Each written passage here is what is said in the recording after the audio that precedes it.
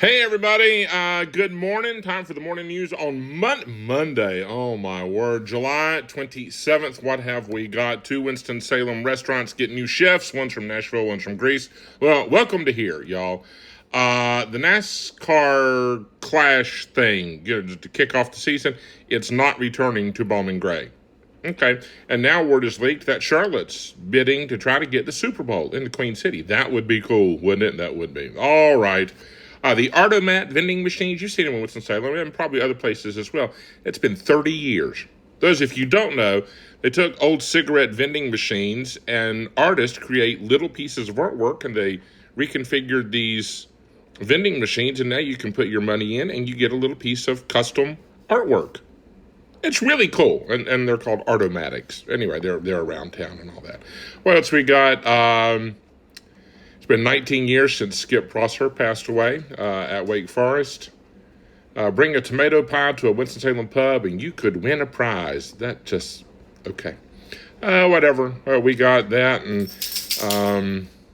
we're going to get to the big national news. Don't think I'm just skipping over that, but really here on the local scene, that's okay. We'll go check out our other local page.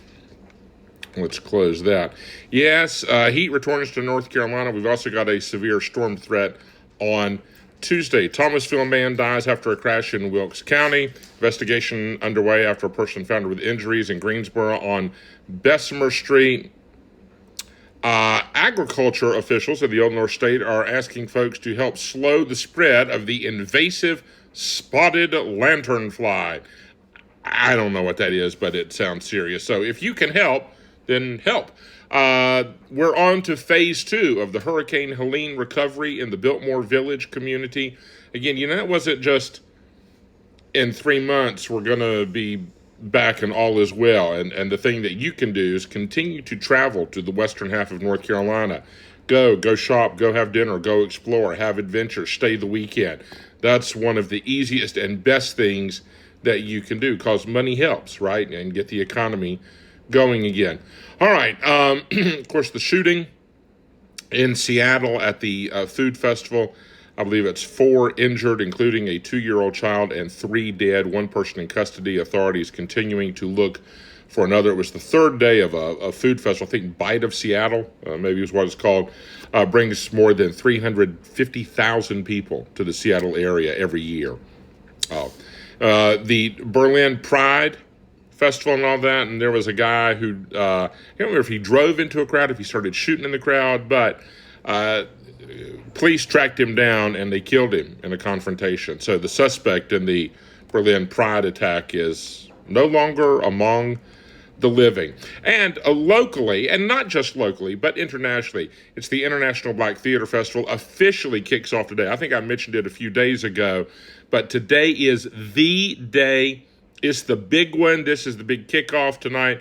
Felicia Rashad will be receiving the Sidney Poitier Lifetime Achievement Award. And really, if you've never been, there's just a ridiculous number of talented folks are going to be in the Piedmont Triad, specifically in Winston-Salem. There's the market, tons and tons and tons of shows.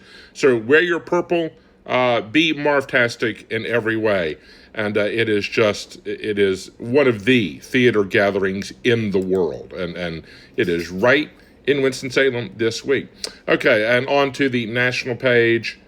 Again, more about that Berlin suspect shooting and the shooting in Seattle.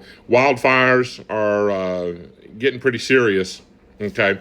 Oh, the head coach of the 49ers, Kyle Shanahan, he was in a pretty serious car accident and got some serious injuries, so we'll hope that he does well in his recovery. The legal fight about churches endorsing candidates has resumed as we move closer to the midterm elections. The Tour de France wrapped up in Old Paris yesterday. Somebody won. I don't know who. Messi may have played his last game for Argentina. Woo! All right. Olympic champ loses long jump title at U.S. Nationals after review. Okay. The trade deadline's coming up for Major League Baseball. It's hard to believe we're already halfway through the baseball season, right? Okay.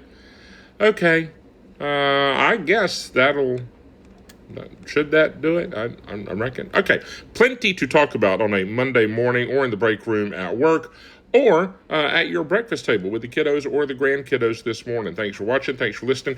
Don't forget, now coming up this evening, another Hey Y'all, but at 1 o'clock today on Tobacco Road Sports Radio, you can find it online, the premiere, the debut of Carolina Times with me, Jeffrey Griffin. Everything from Manio to Murphy. We're going to talk about the people, the places, the adventures.